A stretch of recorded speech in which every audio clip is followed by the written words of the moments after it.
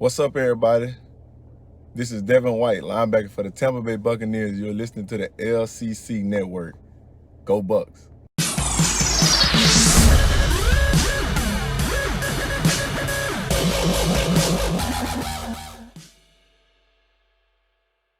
Hey everyone, welcome to the Commissioner's Clubhouse and the LCC Network for the 12th offseason episode. Things are going great down here in Atlanta. A lot of stuff going on in the NFL and some things kind of percolating in our league. I feel like we're kind of getting there at least as we get close to the schedule reveal and all that stuff. I've got Jameson and Cody on the show like always. What's going on, y'all? Not much.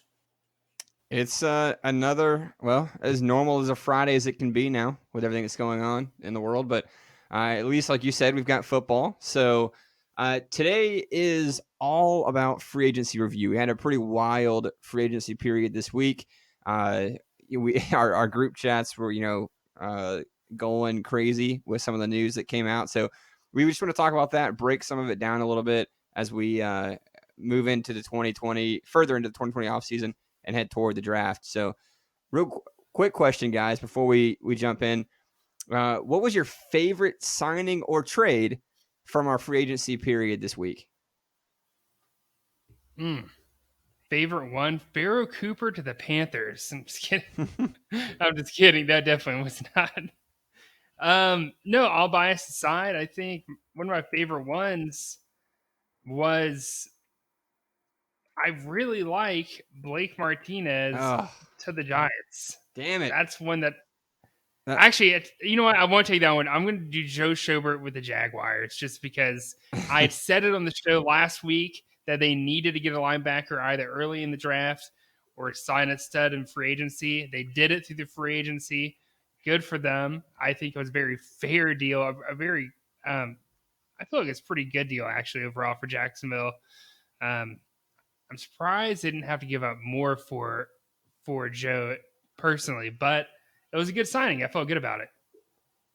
Yeah. Well, go ahead, Cody. I was just gonna say, I'm gonna stay away from the old linebacker one, but I'm probably just because it's my team. Like I like the run pickup for Pittsburgh. We had to work for that money. That was that was a solid deal. Is it $12 million for 2 years? Yeah. Is that what it was? Yeah. Yeah, that's not bad. That's not bad at all. He's a solid tight end. I think people have kind of shit all over him for too long, but I think he's definitely solid. I think he kind of revitalized himself in Indy. Like once he went there, he wasn't that great in Detroit, but who's great in Detroit? Patrick, yeah. Patrick will forever hold a grudge against Ebron in 2018 when he picked him up in like week 11 or 12 after he was crushing it that year. And he played him and he got, 0 points that week, Pat? I don't even remember. Like it was probably 0 or single digits, something crazy. It was terrible. And my favorite was what you were about to talk about, Pat. Blake Martinez, less than $10 million a year to go to the Giants, a place we talked about last week on the show that he could go to. I think it's a fantastic fit for him. I think it's a fantastic opportunity. The amount of snaps he should play. He's younger than Joe Schobert.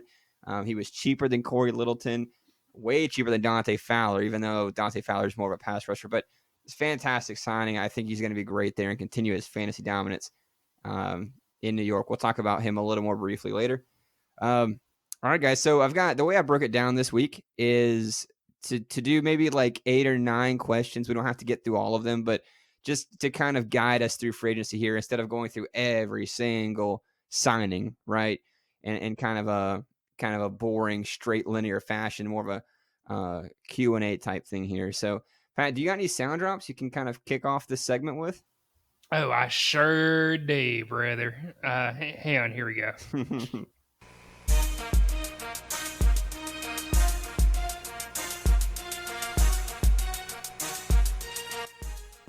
Back-to-back weeks. I like that one. Madden 2000 menu music. That's a classic. That's a great one. Anything old Madden is fantastic. All right, quick. So let's ease our way into this. Right, it's been a pretty stressful week. Right, a pretty busy week. Let's ease our way into the podcast here. really easy question. Who opens the season as the starting quarterback in Chicago? Nick Foles or Mitch Trubisky? Is that the first question? I skipped a little bit. I'll go back to the first Okay. one. I'll Yeah. go back to the first one. I figured this is easy. We'll just kind of, quick and easy here to start this out. Okay. Trubisky or Nick Foles? Foles.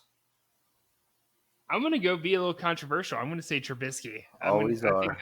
I think they're going to piss off a lot of people, but I think they're going to go Trubisky at the beginning. I think you're crazy. I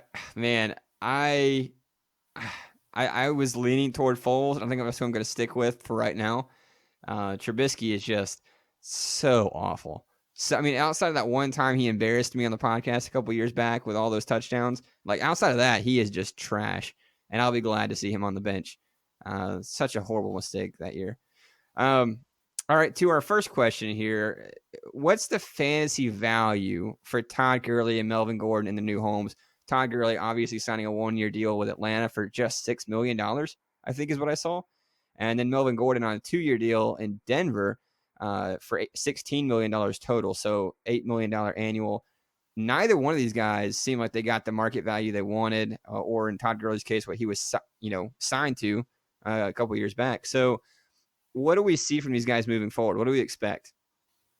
Well, I think I said in the group chat around the time Todd Gurley got signed, and that I felt like they needed to, and they probably would go after a decent RB2 to kind of counteract Todd Gurley's knees. But with that said, the more I thought about it, they're really a pass first offense, more so than the majority of the teams in the NFL. If there's one team that could get by without getting a legitimate backup to Todd Gurley, it's probably Atlanta, because they could go out there, hardly use him, and Todd Gurley still be efficient on the field because of the fact they're constantly passing the ball. And then at some point, you're almost going to forget about Gurley because you're getting picked apart by Matt Ryan and that receiving core, that Todd Gurley is actually going to have a lot of lanes to run through and get some big gains. I think it's also important to note, too, that unlike the Rams situation where they were heavily invested in Gurley for the long haul, the Falcons have 1-year deal. They have no incentive.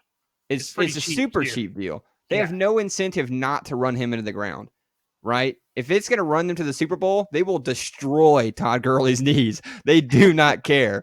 The Rams are paying him $15 million a year. They wanted to protect him, as we saw last season. The Falcons have they are not going to hold back with him. So it sounds really weird that he would get cut and then signed on a cheap deal, but he may have more fantasy value now than he did before. He's going to be more efficient now. I don't know if he's necessarily going to be like a true stud RB1 in fantasy, but he is going to be extremely efficient when he gets the ball, I feel like. Whereas Melvin Gordon, he's going to get way more rushing attempts this year, guarantee it, assuming they're both healthy for the same period of time, than Todd Gurley will. But I don't think he's going to be as efficient as Gurley's going to be. So, Cody, is Gurley back on your board now? I mean, I don't know. It's still a lot of up in the air, and it's like, I mean, you can look at him. It just depends on what situation it is. I'm still not going to put a ton of my eggs in the Gurley basket. He wouldn't be my number one running back at any point. If I had anything to say about it, I know it's going to be a little tough with the way things are set up, but I would like to have him as a number 2 if I could all possibly do it. Where do you guys see them going in the draft? First or second round? Who, Gurley? Definitely. I would not think first round for either one of these guys. That's what I'm thinking. I'm thinking second round. I think one of those teams who might go quarterback in the first round turns around and gets one of these guys in the second. That's what's going to end up happening. Yeah, I could definitely see these guys being second round. Maybe even dropping to the third round, depending on That'd be good value. Yeah, I mean maybe. What happens to Phillip Lindsay? I know this is a little off topic, but Melvin Gordon in Denver, if it's a split backfield, it's not good for either one of them, in my opinion. But if he dominates carries, what happens to Phillip Lindsay? I just don't think Lindsay. I don't think Lindsay took the step that they were looking for last year, and so that's why I think they decided to move on. I definitely don't think they were too impressed with who's the other one. Royce Freeman. Yeah, Royce. Yeah, don't Royce think- Freeman's looked kind of plodding ever since he got in the NFL. I mean, Philip Lindsay, 2 1,000-yard seasons, first undrafted running back to ever make a Pro Bowl, or in his rookie season, 2 years ago. I mean, maybe are they gonna maybe trade him to a team like a Miami, maybe, or something like that? Or maybe they just like where it's at, running Yeah. the two-back system and just Yeah. Royce not getting a lot. Bye, Royce. Yeah. Bye, Felicia. No, Bye, I think Felicia. Royce could. I mean, think about it. We're talking about a backup running back. What if he went to Atlanta? That's the spot. Maybe he goes to Arizona as a backup there. Like a change of pace back almost. Well, I guess they're kind of both the same. I don't know. I'd have to think about that. Okay. Well, speaking of backups, I'm going to go out of order again just because it makes a little bit of sense here. Where does Jameis Winston play in 2020? And then to piggyback on top of that, where does Cam Newton play in 2020? At this point, to me, it looks like Jameis Winston is basically a backup. He's heading for backup territory. I said it last week. Yeah, I mean, he could easily end up being a backup somewhere, especially to a team that has a banged up quarterback or a history of someone being kind of banged up.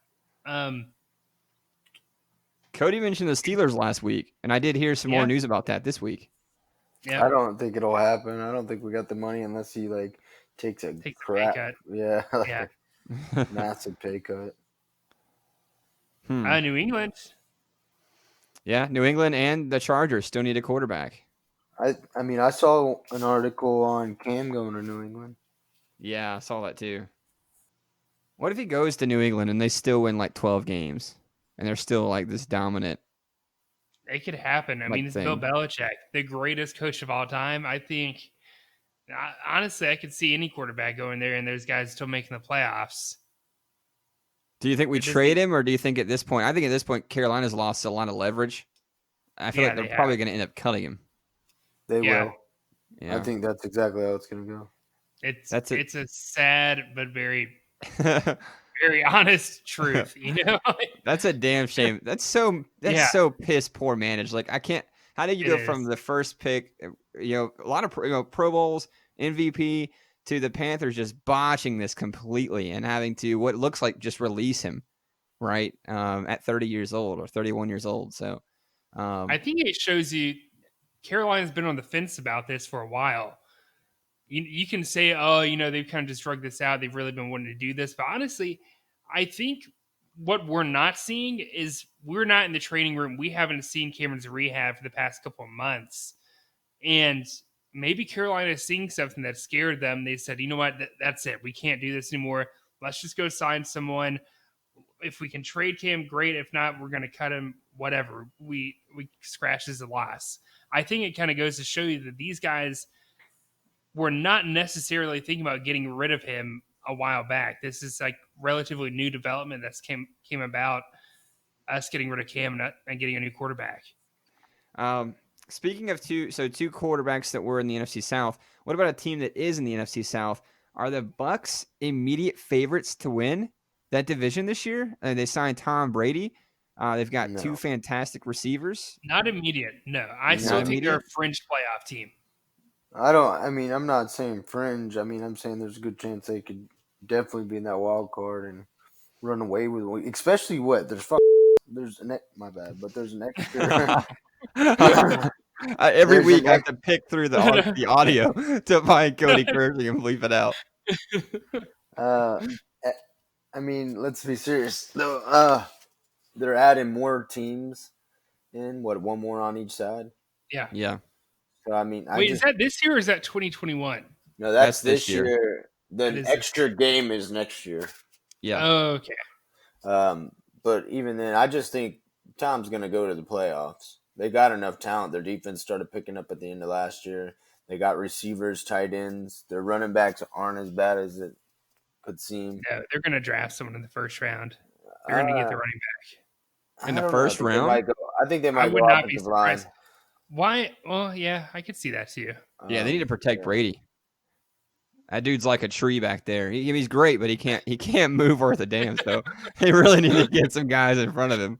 But I definitely think the Saints are the team to beat in that division. And oh yeah, Yeah, I mean that's fair. I could see anyone making an argument for either one of those. I mean, the Saints have been the team for the last 3 years at this point. I mean, Drew Brees is back again, another 2-year deal, so it is hard to bet against the Saints for sure. Especially now that they've got Emmanuel Sanders and that receiving core with Michael Thomas and that's the difference maker right there. Ted Ginn. There's a lot of weapons on that team. Alvin Kamara. So yeah, I think I agree with that sentiment right now. But I wouldn't be surprised if the Bucks won it in a very close. Both of them finish 11-5 or something like that. That's in the realm of possibility. So speaking of a team that can kind of rise from the ashes, Tampa's been nothing for so long. A similar situation is the Buffalo Bills, right? Traded for Stephon Diggs this week. Buffalo traded a ton of picks away, which made the DeAndre Hopkins trade look even more ridiculous because Stephon Diggs is nowhere near that level, and they've got a lot more for him from Buffalo. So with the addition of Diggs, Brady out of the AFC East, and Miami and the Jets basically being a shit show, are the Bills a legit contender in 2020? I mean, is this an 11 or 12 win team? Oh, for sure, without a doubt. In my mind, they were good last year. No, I mean, they were solid last year, but let's be honest. Did anyone ever really think they were going to make it past, the divisional round of the playoffs? I mean, even as good as they were, no one really thought they would. I probably don't even think they will this year. I think they can win their division, but easily. But to get into the next round, I still think they could lose. They could, but I still think they're probably one of the better teams in the AFC at the moment. I mean, the way things are right now. What you probably like Baltimore a little bit better. In Kansas City. Obviously. Yeah. I kind of probably like Tennessee a little better. I actually like the Bills more. I actually do. Oh, you're crazy, Pat. Tennessee's Pat's close on the hot takes. Tennessee's close. The Texans are below now, in my opinion. Yeah. They're definitely a step below. Oh, without doubt. I would have had them ahead of Buffalo. Yeah. So it's very close, but I mean, just talking through that's only 2 or maybe 3 teams that we think might be better. So, I think, off the bat, but I don't know. I still think they could end up losing. I don't think Josh Allen's taken that step yet, and he totally could. But they had a really nice defense. They've got some moving parts going on right now, trying to replace some people. So maybe they're a beyond 2020 team, right? Maybe they can continue building on Devin Singletary, Josh Allen continue developing. They just re-signed Poyer, in the secondary, Tre'Davious White. So they've definitely got some young pieces, but maybe not 2020, maybe 2022 or something. I don't know. Right. They're just in the same realm of Cleveland, maybe a little better than Cleveland, but I think Cleveland's got a shot to be good. They just signed that tackle. What you for? I don't know. I wouldn't put them in the same category as Cleveland. That seems like a slap in the face to Buffalo. I don't Why? Why? Well, I mean, first of all, their defense is way better at this point in Buffalo, without a doubt in my mind. I mean, there is a distinct tier difference between those two defenses. Offensively, I mean, sure, you can obviously say Cleveland has a better receiving core.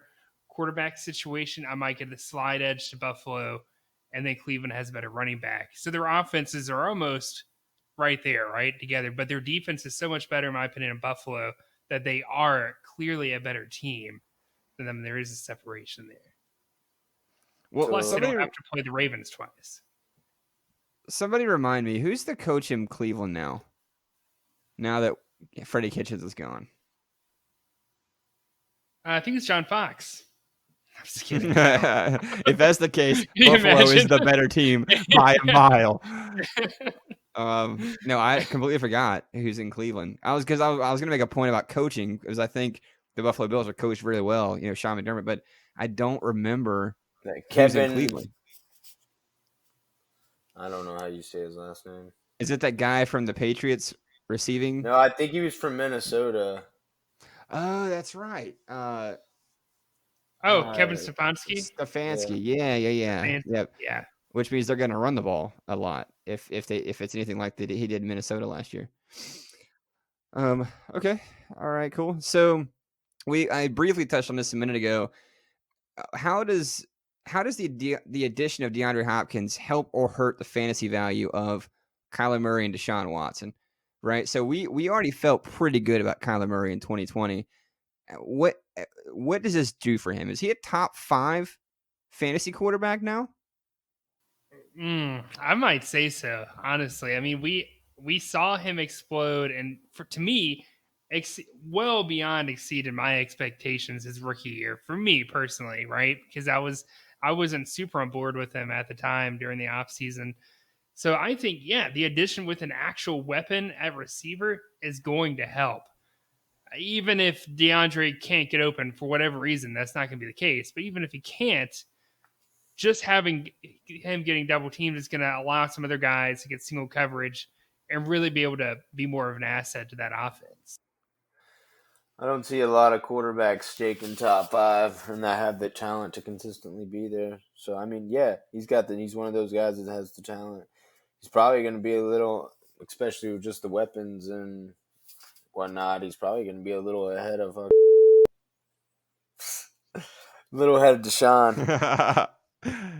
Yeah, I think he will. He finished 6th last year. Deshaun Watson was 5 last year. He could easily finish as a top 3. I'm not going to project that yet until we get further into the offseason. But, I mean, I don't think there's one fantasy owner out there who's not excited about Kyler Murray in 2020. And then Deshaun Watson, I don't think – it sounds crazy. I don't think it hurts his value a ton. I think it I'm more worried about the offense being able to move down the field than I would be his fantasy value as a whole because he still has a high floor with his rushing ability. So I'm not super concerned about Deshaun Watson, but I do have to knock him down a notch, maybe.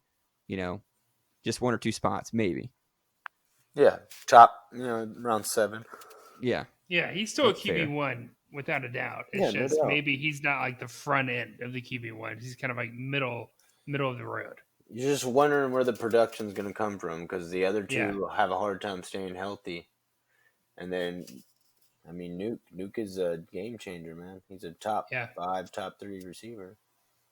What did David Johnson show the Texans for them to give up DeAndre Hopkins and not even in a contract year? I'm over 72 and I feel great. A young receiver on a good market deal. I mean, there's a lot of things that happened, and you're like, "Whoa, that's crazy!" But that one, it makes no sense to me at all. Complete 0 sense that makes to me. A team that was trying to make a Super Bowl run to trade away their arguably their best player, and probably their second best player. They tried to make it. Let's see. I know they got to re-sign Deshaun, but they were trying to make it seem at first like it was, he's about to set the market. We're not going to be able to afford him anyways. I mean, could they not have afforded to keep who DeAndre Hopkins was going to set the market? Yeah, I mean for receivers for sure. I mean every time, who just set the market? Amari. Yeah, 5 years for $100 million. Yeah, did he deserve that? Did he deserve what he's getting? Is he the best receiver in the game? No, every top-notch receiver is going to set it no matter what, even if they are the best receiver in the game, because nobody wants to give up that type of talent. I understand that. I'm saying when does this contract come up? Is it next year? No, 3 years. But they were talking about. This is what I read, but I mean, basically, he was going to be one of those points where he wanted to talk about his contract now, and they were just like, "We're not even going to review contracts. We'll trade you before we start making that a thing where we're reviewing contracts with 3 years left on it." I mean, I would have kicked that.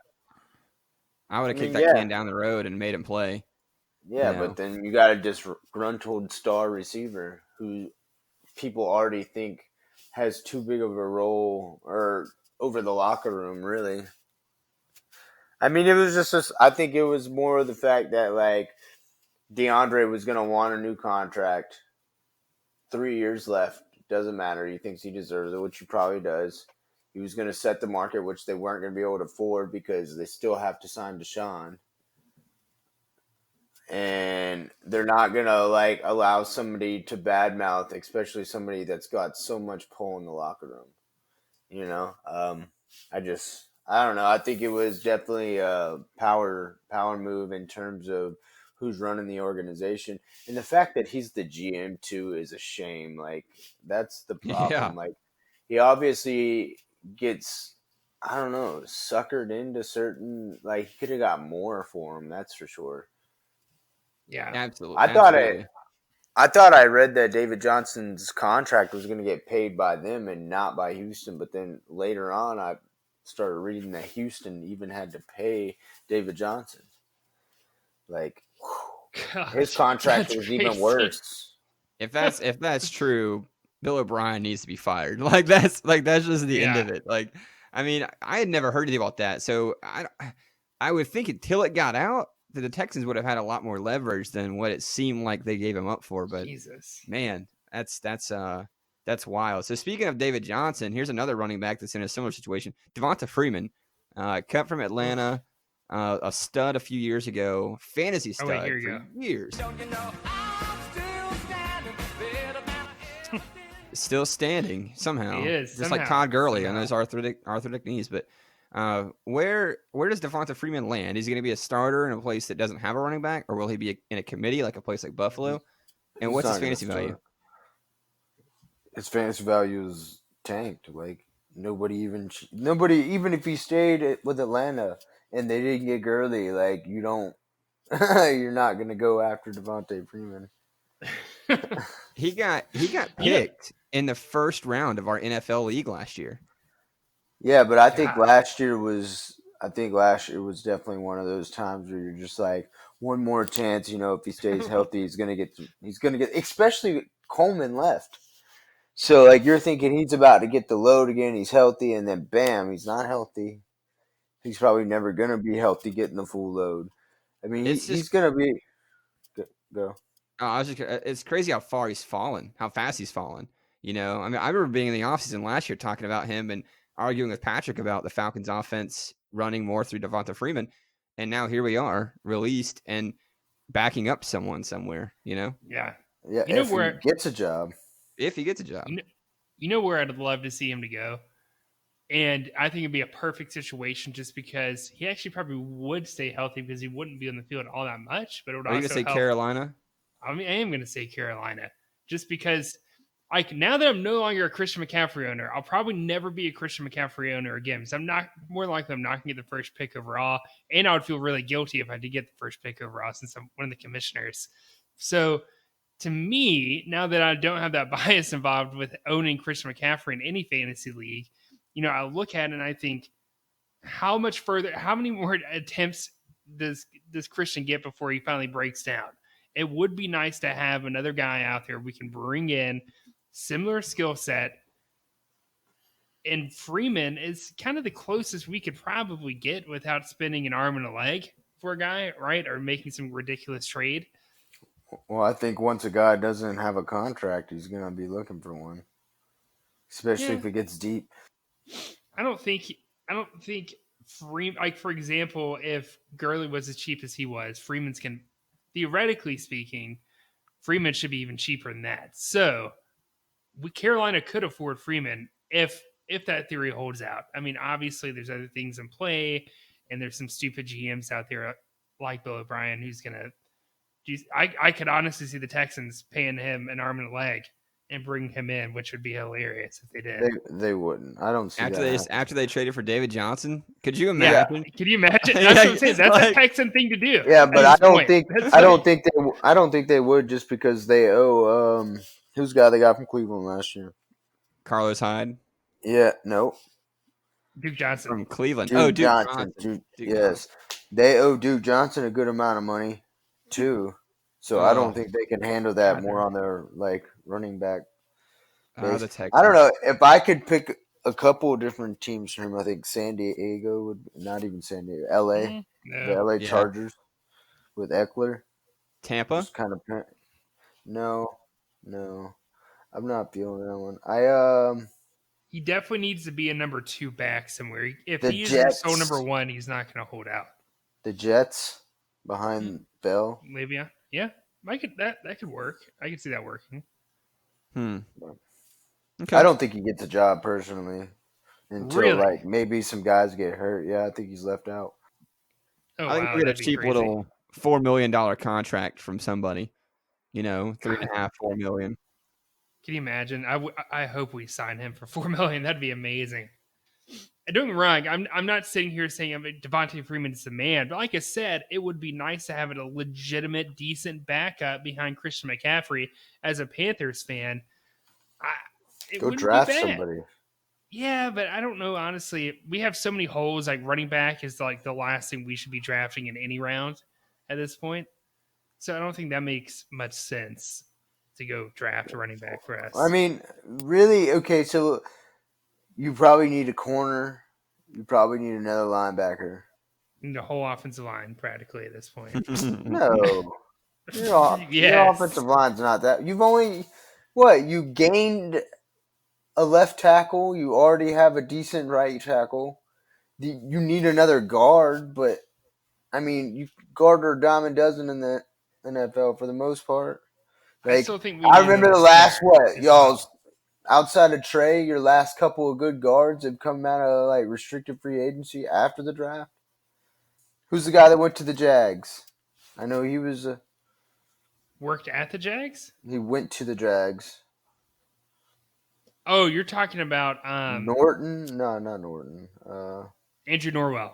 Norwell. Yeah, he's a restricted free agent. I don't know. I just think your offensive line's not that bad, and you can get a quality one. I'm just saying to like just completely wipe running back off your board. I think that's crazy. Well, we'll see what happens as they move forward. I'm excited just to see kind of where he lands. But like you guys said, he'll definitely be a complimentary piece for somebody. So we'll see how his fantasy value shakes out. One last question really quickly. I don't like pass rushers in fantasy, but I figured I'd throw in a question for anyone who does. There's still a few left. Jadeveon Clowney, Everson Griffin, Clay Matthews, who we saw kind of revitalize last year before he broke his jaw. Who's your favorite? And can they land, or where would you like to see them land? Just really quickly. I mean, Jadavion's just a big name just because where we're from, too. Jadeveon is a big name. I heard number one on his list was Atlanta, in terms of where he wanted to go. I mean, I do feel like this has got to be the Jadeveon. What do you want to call it? Their agent, right? This has got to be them in their mind right now with him asking for this much money. Oh my God! Okay, it's happening. Everybody stay calm. What's the procedure, everyone? What's the procedure? Stay calm. Like just freaking out that this guy who has done practically nothing in the NFL is asking for that much money. It's ridiculous. He's not going to get paid that. He is my favorite for obvious reasons. His athletic ability is probably the best out of this group of three, and I'm a Gamecock fan, of course. And he's a local native of South Carolina. I got to give him that. But outside of that, one of the guys I think is probably going to be cheaper. Everson Griffin is a guy I think if he ended up in a place, he could be really good, really cheap, good bang for a buck. There's a couple places he could end up going. I think it's going to be a place where he could kind of mentor kind of a younger guy. I'm trying to think of like Jacksonville. That could be a place. Carolina, they're in need of a decent defensive line at this point. You look at Oakland, another place.